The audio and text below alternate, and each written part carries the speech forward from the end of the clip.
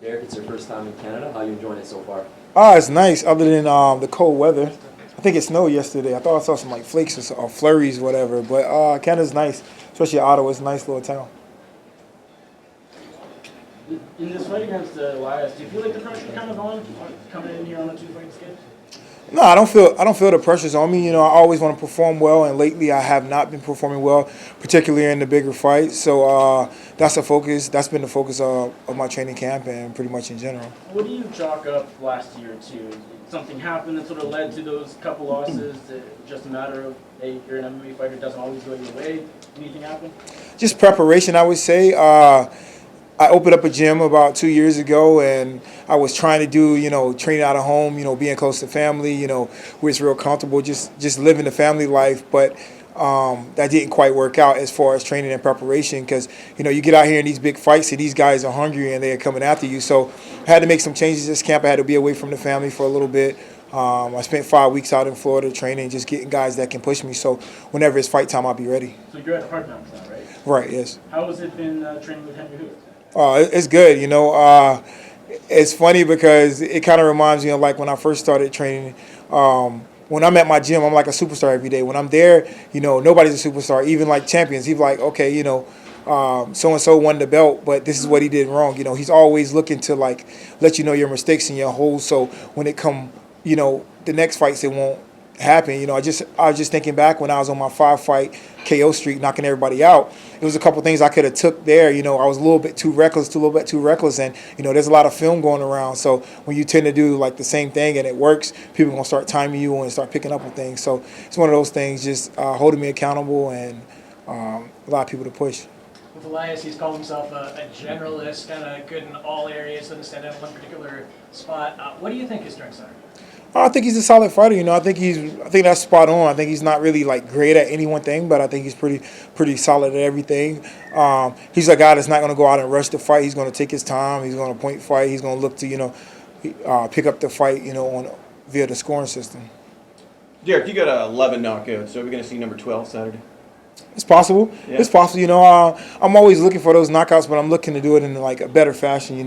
Not rushing, not blitzing, not putting myself at risk, not just being too greedy. I look at a lot of my fights. I'm like, man, that was too greedy. And even I can look back on some of my fights, even the good ones when I got the knockouts. Like, probably should have toned it down just a little bit.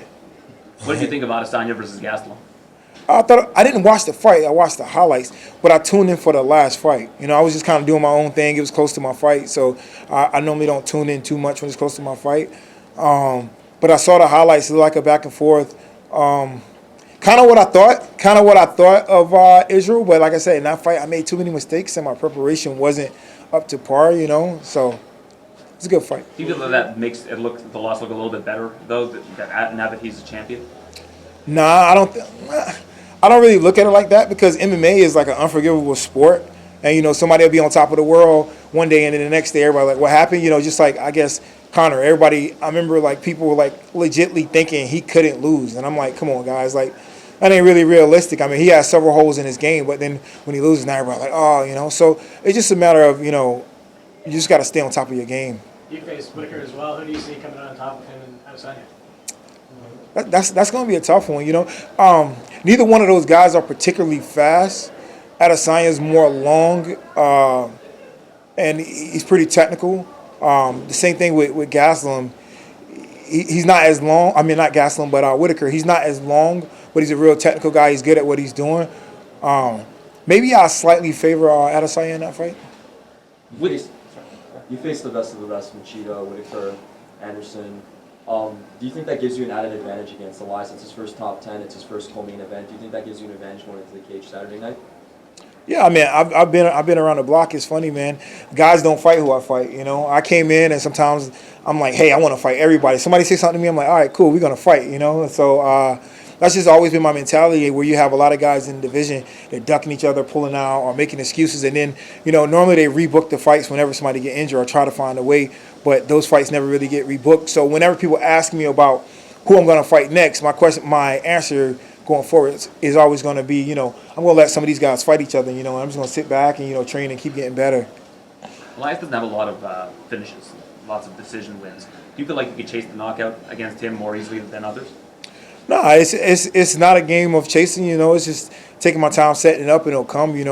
I hit hard, and especially when I connect and I set up a shot. I can finish the fight. So it's one of those things I don't really have to rush.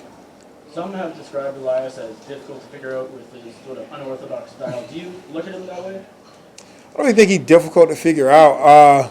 I just think he's going to move, and he's okay with winning a decision and winning a point fight. He's not going to really put himself at risk too much. I think I heard a couple of statements. He said he's content with his life. So I'm thinking, he's happy where he's at. Everybody's always looking for that next opportunity. But like I said, I know he's okay with getting a decision. So if you chase a guy like that, then you're going to play into his game. Then you're making one knockout artist after that. So it's just about preparing and approaching the fight the right way. You see a lot of these guys like Anthony Smith, Rockhold, they're all moving up to 205. Is that something that interests you in the future? They're having success there. It's funny. I don't know. I always think, I'm like, man, I probably should have did that a long time ago. I think everybody is getting away from cutting a lot of weight. I think that's probably the smartest way, and you feel better, But I don't know. We'll see, We'll see. We'll see in the Do future. you cut a lot of weight? I don't cut too much weight. Depends what you call a lot of weight. What are you weighing right now? Oh, I'm close right now. Funny enough, this has been like one of my better weight cuts. I just been doing things differently, Had a good training camp, trying to find different ways to cut weight. So this is probably one of the easier weight cuts. It's like the lowest I've been at this point in time on fight week.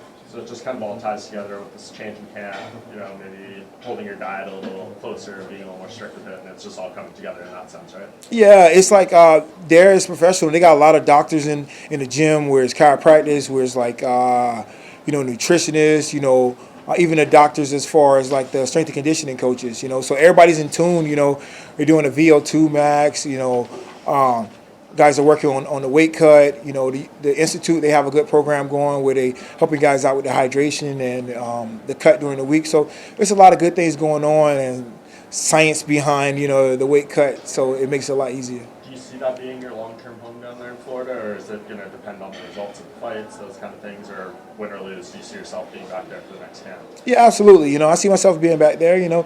Those guys give me the push, and I feel ready, going to the fight. For my previous fights where I didn't feel quite as ready, just being that I didn't have enough MMA bodies in front of me, the sparring partners don't give me the different looks and just bring that pressure, You mentioned some fighters are moving away from really big weight cuts. Why do you think that is? Because it's tough to like rehydrate and perform well, Look at a lot of studies and a lot of like endurance athletes, and which we are, you got to put your body to the max when you're out there fighting. A lot of guys aren't recovering, and you can't dehydrate yourself, a day before you're about to compete and go 100%. Hey Derek, I've had a number of fighters tell me about how things like dance and gymnastics have carried over into the MMA in unorthodox ways. Along with your strong wrestling background, you're also a cheerleader. I was wondering what aspects of that, if any, have carried over. No, it's funny. Yeah, I used to cheerlead back in high school, and that was one of the better things. I came into MMA and I had a strong core and a lot of flexibility, and I could put myself in a lot of different positions when it comes to scrambling and stuff like that. So over the years, I stopped like doing all the tumbling and tossing girls in the air. So it definitely lost a little bit of upper body strength and core strength. But I think it was definitely one of the early tools and one of the things that helped me when I first got into the sport. What do you make of Jack Manson's very recent and very quick rise to contender status? Oh, he's fighting good. He's fighting good. That last fight was good. Jacare looked a little slow, lethargic, sluggish. Maybe he's getting a little bit older. But Hermanson came out there. He looked good. He put it on him. I think that's 2 big fights for him in a row.